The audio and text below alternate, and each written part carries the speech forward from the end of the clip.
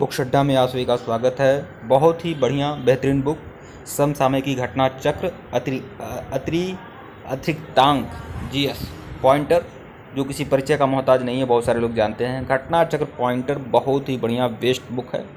कम समय में पॉइंट के माध्यम से बहुत ही बढ़िया समझाया जाता है। तो आज हम इस पुस्तक का रिव्यू करेंगे और टेलीग्राम बिल्कुल ज्वाइन करिएगा। टेलीग्राम का लिंक डिस्क्रिप्शन में दिया गया है। और ये जो घटना चक्र पॉइंटर है, ये आप लोग देख रहे हैं 57 पेज का, सिर्फ और सिर्फ 57 पेज का यह घटना चक्र पॉइंटर है। और इसमें क्या है, आधुनिक भारत का इतिहास, सिर्फ और सिर्फ आधुनिक भारत का इतिहास, मतलब मॉडर्न इंडिया का यह जीएस पॉइंटर है। तो आइए देखते हैं। और टेलीग्राम बिल्कुल ज्वाइन करिएगा। टेलीग्राम का लिंक डिस्क्रिप्शन में दिया गया है। तो यह बुक आप लोग देख लीजिए, जीएस पॉइंटर पूरा का पूरा बढ़िया ज़बरदस्त। 2017 अगस्त माह से समसामयिकी घटना चक्र मुख्य पत्रिका। देखिए, यहाँ पर सन से कोई विशेष मतलब है नहीं कि 2017 का है, 2018 का, 2020 का है। इंडियन मॉडर्न हिस्ट्री थोड़ी बदल जाएगी। तो आधुनिक भारत के इतिहास के लिए कुल मिलाकर मैं यह बुक दिखाना चाहता हूँ कि जीएस पॉइंटर जो आता है घटना चक्र का, वो बहुत ही बढ़िया बेहतरीन होता है। और किसी भी सब्जेक्ट का लीजिए, मतलब जिस भी सब्जेक्ट का अध्ययन करना चाहते हैं वह बुक आप लोग ले सकते हैं। तो देखिए, जीएस पॉइंटर आधुनिक भारत का इतिहास के लिए 2017 अगस्त माह से समसामयिकी घटना चक्र मुख्य पत्रिका के साथ निःशुल्क अतिरिक्तांक की श्रृंखला प्रारंभ की गई है। श्रृंखला में सामान्य अध्ययन के विभिन्न विषयों का पर जीएस पॉइंटर क्रमशः प्रस्तुत किया जाएगा। तो यहाँ देखिए आधुनिक भारत का इतिहास में कौन कौन सा टॉपिक है। आधुनिक भारत का इतिहास तो यह पूरी बुक ही आपका आधुनिक भारत के इतिहास की है, मतलब इंडियन मॉडर्न हिस्ट्री की है। देखिए, यूरोपीय कंपनियों का आगमन, पहला चैप्टर ही है यूरोपीय कंपनी। देखिए, जो बहुतायत में जो प्रश्न आता है वह सब इसमें दिया हुआ है। कुल मिलाकर आपका समय आपने पहले से तैयारी की हुई है, कुल मिलाकर आपने पहले से तैयारी की हुई है। जैसे आधुनिक भारत के इतिहास की बहुत बढ़िया से तैयारी किए हुए हैं। तो पॉइंटर आपको बहुत ही, मतलब 3-4-5 दिन पहले पॉइंटर से अगर थोड़ा सा तैयारी कर लेते हैं, मतलब उसे एक बार रट्टा मार लेते हैं, तो आपकी तैयारी और बेहतरीन ढंग से हो जाती है और आपका आत्मविश्वास बढ़ जाता है। कुल मिलाकर पॉइंटर मतलब ऐसे बिंदु जो आपको परीक्षा में आने की संभावना बनती है। तो यहाँ पर आप लोग देख ही रहे हैं पूरा। देखिए, तब यूरोपीय कंपनियों का आगमन, यह चैप्टर। फिर देखिए, यहाँ से फिनिश हो जा रहा है। फिर ईस्ट इंडिया कंपनी और बंगाल के नवाब, मतलब प्लासी का युद्ध और प्लासी के युद्ध का षड्यंत्र और बक्सर का युद्ध, ये सब है। फिर क्षेत्रीय राज पंजाब एवं मैसूर, हैदर अली टीपू सुल्तान की कहानी। फिर गवर्नर जनरल और वायसराय की कहानी। गवर्नर जनरल और वायसराय जितने भी हुए हैं इंडिया में, उन सब के बारे में, उन सब का शासनकाल और कौन कौन सी महत्वपूर्ण निर्णय उनके द्वारा लिए गए हैं, कौन कौन से महत्वपूर्ण घटनाक्रम रहे हैं उनके समय की, चाहे गवर्नर जनरल हों चाहे वायसराय हों। तो ये देखिए, थोड़ा सा लंबा पेज हो जा रहा है। फिर ब्रिटिश शासन का भारतीय अर्थव्यवस्था पर प्रभाव। जो ब्रिटिश शासन था उसका भारतीय अर्थव्यवस्था पर क्या प्रभाव पड़ा, भारतीय बाजार पर क्या प्रभाव पड़ा, भारतीय कृषि व्यवस्था पर क्या प्रभाव पड़ा, उसके बारे में सब दिया हुआ है, ये आप लोग देख सकते हैं। उसके बाद यहाँ से आपका 1857 की क्रांति से संबंधित प्रश्न, और ये देख सकते हैं, ये पूरा का पूरा पेज 1857 की क्रांति के लिए है।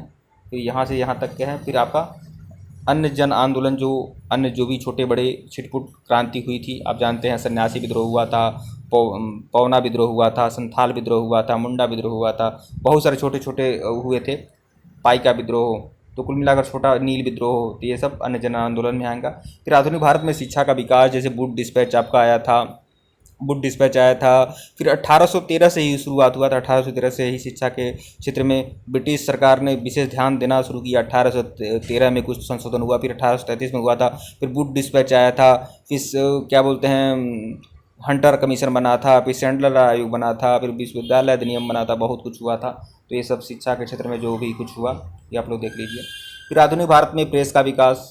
प्रेस कुछ ऐसे गवर्नर जनरल और वायसराय जो प्रेस को पूरी तरह से नियंत्रण में रखना चाहते थे। कुछ लोग उदारवादी थे, लिबरल थे, बहुत ज़्यादा थे, और वह लोग प्रेस को मुक्त किए, मतलब प्रेस की स्वतंत्रता के समर्थक थे।